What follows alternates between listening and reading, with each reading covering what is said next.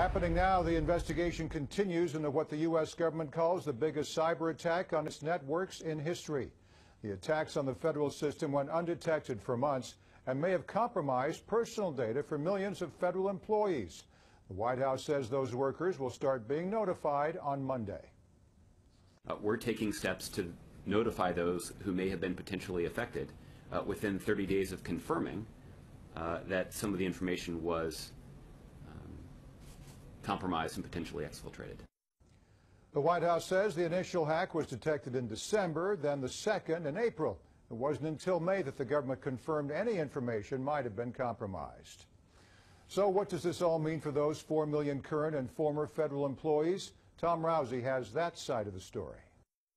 I'm pretty concerned. Federal workers have been told hackers appear to have gotten a lot of data about a lot of people. Usually I'm not that concerned about things like this, but in this case I am. Current and former federal workers are still waiting to hear for sure if their data was compromised, but with millions affected, their chances are very high. It's not great, but it's a mistake. Some are taking the news in stride. I was also just impacted by the Care First breach, and so I already have some credit monitoring going on, so I figure I'll get some more and it'll be fine. They have some things in place that will kind of help you out if in fact you are affected by it.